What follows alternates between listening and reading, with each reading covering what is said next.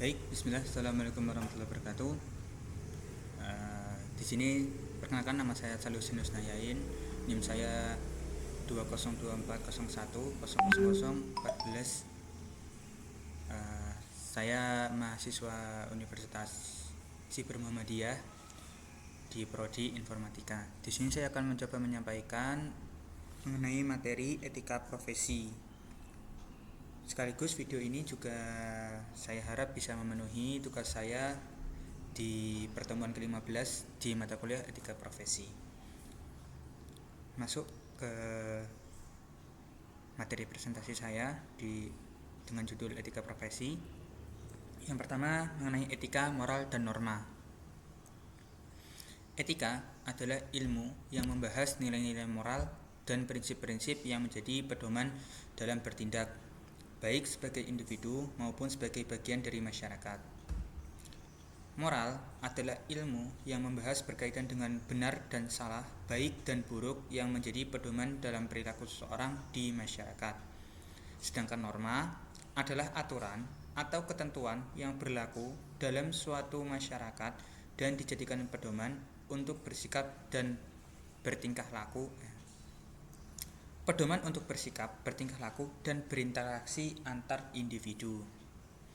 Jadi itu tadi mengenai pengertian dari etika, moral, dan norma. Lanjut ke pembahasan selanjutnya, yaitu tujuan etika. Tujuan mempelajari etika adalah untuk memahami dan menilai tindakan manusia berdasarkan nilai moral agar dapat bertindak dengan benar dan bertanggung jawab dalam kehidupan pribadi, sosial, maupun kehidupan profesional. Kemudian, kapan seseorang itu dikatakan baik ataupun buruk? Sesuatu dikatakan baik apabila ia mendatangkan manfaat dan memberikan perasaan senang ataupun bahagia. Adapun seorang dikatakan buruk apabila perbuatan tersebut bertentangan dengan norma-norma yang berlaku di masyarakat. Baik itu nanti norma adat, norma agama, norma sosial, dan yang lainnya. Lanjut, etika profesi. Etika profesi adalah seperangkat norma, nilai, dan prinsip moral yang menjadi pedoman bagi perilaku seseorang dalam menjalankan profesinya. Etika ini bertujuan untuk memastikan bahwa seorang profesional bekerja dengan integritas, tanggung jawab, dan menghormati hak-hak orang lain, termasuk klien, kolega, ataupun masyarakat luas. Lanjut, profesi dan profesional. Profesi adalah pekerjaan yang dilakukan sebagai kegiatan pokok untuk menghasilkan nafkah hidup dan yang mengandalkan suatu keahlian. Sedangkan profesional adalah orang yang memiliki profesi atau pekerjaan purna waktu dan hidup dari pekerjaan itu dengan mengandalkan sesuatu keahlian yang tinggi. Nah, kemudian seorang profesi itu kan orang yang bekerja gitu ya. Profesi ini tidak akan bisa menjadi profesional apabila 5 tingkatan ini tidak terpenuhi. Ini menurut teori Abraham Maslow. Kebutuhan yang paling dasar yaitu kebutuhan fisiologis, antara lain makanan, minuman, tidur, pakaian, dan lain-lain. Gampangnya, apabila seorang profesi atau seorang pekerja itu tidak masih kelaparan gitu ya, misalkan contohnya anggaplah seorang guru gajinya atau honornya atau gajinya itu masih kurang untuk dia makan sehari-hari ataupun untuk membayar tempat tinggalnya, baik sewa kontrakan ataupun sewa kos dan semisalnya, baik kemudian pakaiannya juga belum mencukupi, maka dia tidak akan bisa berubah menjadi guru yang profesional. Nah, kalau dia bekerja sebagai guru itu kan sudah masuk ke dalam profesi ya. Nah, tapi untuk menjadi seorang profesional, guru yang profesional, maka dia harus melewati 5 tahapan ini, membutuhkan 5 tahapan ini. Nah, itu tadi tahapan yang pertama fisiologis. Kemudian tahapan yang kedua itu rasa aman. Ya, aman ketika dia bekerja, kemudian teratur, stabil, dan lain-lain.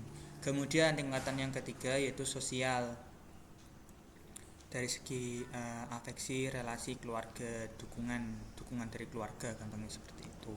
Kemudian penghargaan, setelah tadi pertama dia mendapatkan fisiologisnya, kemudian mendapatkan rasa aman, kemudian sosialnya juga didapatkan, langkah selanjutnya dia juga perlu mendapatkan penghargaan dari pencapaian status dia dari suatu organisasi itu menjadi apa, kemudian tanggung jawab, penghargaan dari tanggung jawab yang dia laksanakan, kemudian penghargaan atas reputasi yang telah ia perjuangkan.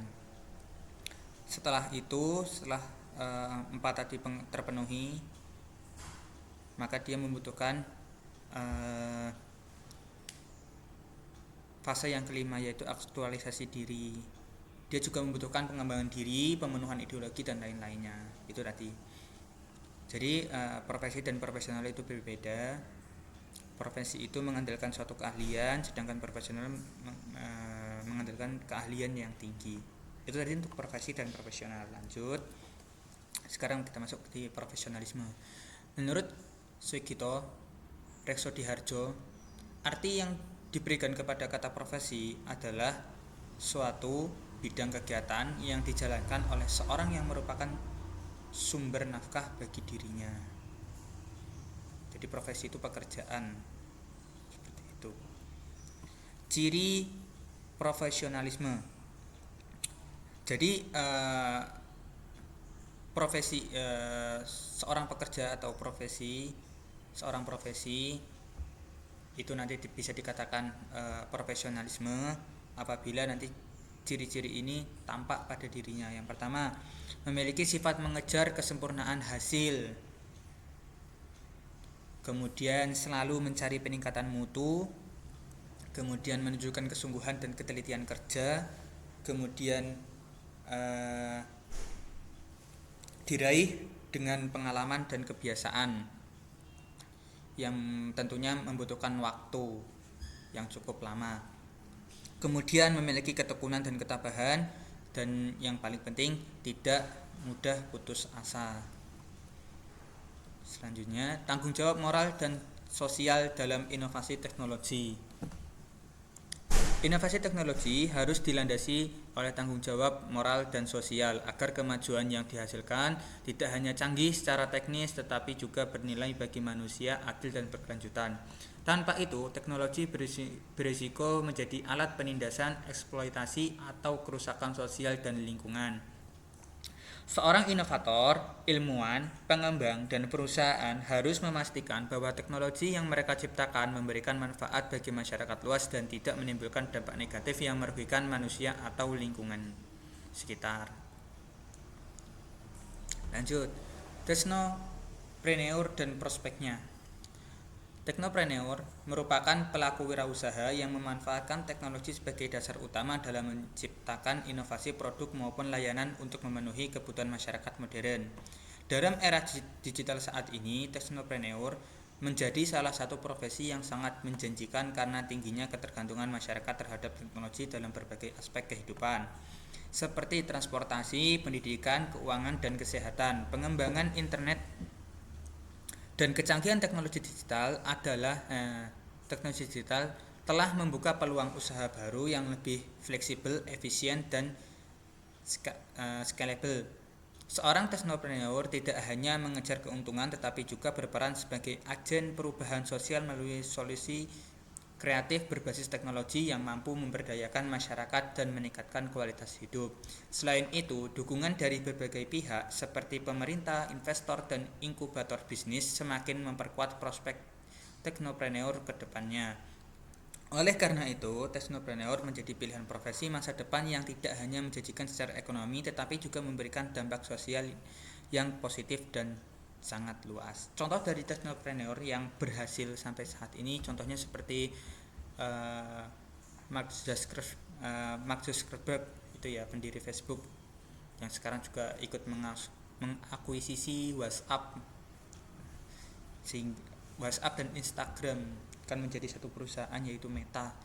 Itu salah satu contoh tokoh teknopreneur yang berhasil. Kemudian ada Nadiem Makarim, kalau di Indonesia itu ada Nadiem Makarim sebagai pendiri Gojek. Pendiri Gojek itu kan berarti tadi kan di kebutuhan masyarakat modern tadi ya, di ranah teknologi tadi ada Mark Zuckerberg, itu ada di kehidupan sosial. Kemudian kalau di transportasi, jadi saya contohkan dengan Nadiem Makarim sebagai pendiri Gojek atau ojek online. Kemudian kalau di pendidikan itu contohnya ada Belva Devara itu ya kalau tidak salah namanya, itu sebagai pendiri Ruang Guru. Kemudian keuangan itu ada apa ya, saya belum mengetahui kalau keuangan. Kemudian kesehatan itu nanti ada Halodoc dan lain-lain. Itu tadi tentang teknopreneur dan prospeknya. Lanjut ke materi selanjutnya, pengembangan teknologi dan tuntutannya. Di era perkembangan teknologi yang begitu cepat, perhatian terhadap hak atas kekayaan intelektual atau HAKI menjadi semakin penting dan tidak boleh diabaikan. Kemajuan digital telah mempermudah proses penciptaan, distribusi, dan akses terhadap karya-karya intelektual seperti musik, tulisan, desain, aplikasi, hingga inovasi teknologi. Namun, kemudahan ini juga diiringi dengan meningkatnya risiko pelanggaran hak cipta, plagiarisme, dan pembajakan yang dapat merugikan pencipta asli secara moral maupun ekonomi.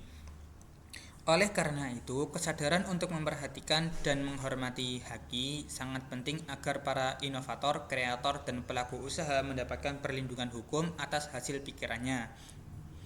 Dengan menghargai HAKI, kita tidak hanya mendorong terciptanya iklim inovasi yang sehat dan berkelanjutan, tetapi juga menumbuhkan etika digital yang adil di tengah masyarakat modern. Maka memperhatikan HAKI di era teknologi bukan sekedar kewajiban hukum, melainkan bentuk pelanggaran atas karya dan kreativitas manusia. Oke, itu tadi tentang perkembangan teknologi dan tuntutannya. Lanjut, yang selanjutnya yaitu manajemen teknologi. Manajemen teknologi adalah proses perencanaan, pengembangan, penerapan, dan pengendalian teknologi dalam suatu organisasi atau perusahaan untuk meningkatkan efisiensi, produktivitas, dan daya saing. Tujuan utamanya adalah memanfaatkan teknologi secara strategis agar dapat memberikan nilai tambahan dan keunggulan kompetitif dalam berbagai bidang usaha atau sektor industri. Dengan manajemen teknologi bukan hanya soal penggunaan teknologi canggih, tetapi bagaimana teknologi tersebut dikelola secara tepat guna untuk memberikan manfaat nyata bagi organisasi. Di tengah arus digitalisasi global, kemampuan mengelola teknologi secara strategis menjadi kunci kesuksesan dan kelangsungan hidup organisasi di masa depan. Itu tadi tentang manajemen teknologi. Lanjut ke selanjutnya yaitu manajemen teknologi. Perkembangan teknologi yang pesat telah membawa dampak besar terhadap berbagai aspek kehidupan, termasuk dalam ranah etika profesi. Di satu sisi, teknologi mempermudah pekerjaan profesional. Teknologi mempermudah pekerjaan seorang profesi dengan efisiensi yang sangat tinggi, komunikasi yang cepat, dan akses data yang sangat luas. Namun di sisi lain, kemajuan ini juga menimbulkan tantangan etis baru seperti pelanggaran privasi data, manipulasi informasi digital, serta penyalahgunaan kecerdasan buatan atau AI dan media sosial.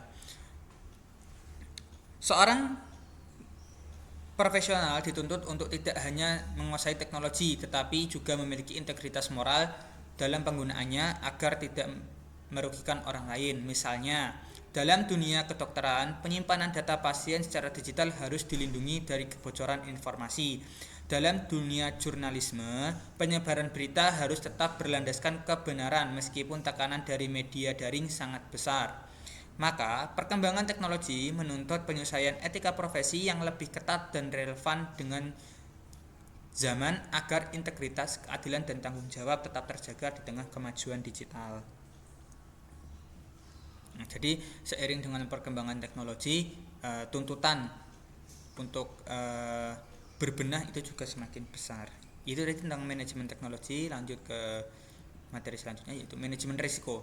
Manajemen risiko etika di era manajemen risiko atas etika profesi di era teknologi harus dimulai dengan mengidentifikasi dan menganalisis potensi pelanggaran etika seperti penyalahgunaan data atau kecerdasan buatan.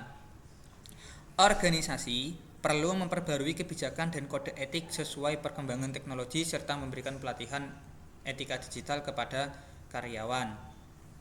Selain itu, penting untuk membangun sistem pelaporan pelanggaran yang transparan dan menerapkan sanksi tegas apabila terjadi pelanggaran. Dan langkah-langkah ini integritas profesional tetap terjaga. Dengan langkah-langkah ini, maka integritas profesional akan tetap terjaga di tengah pesatnya kemajuan teknologi. Mungkin itu yang bisa dapat saya sampaikan mengenai etika profesi. Apabila ada kesalahan atau kekeliruan kata dalam menyampaikan materi, saya mohon maaf sebesar-besarnya. Akhirul kalam, cukup sekian, terima kasih. Dan akhir kata saya ucapkan Assalamualaikum warahmatullahi wabarakatuh.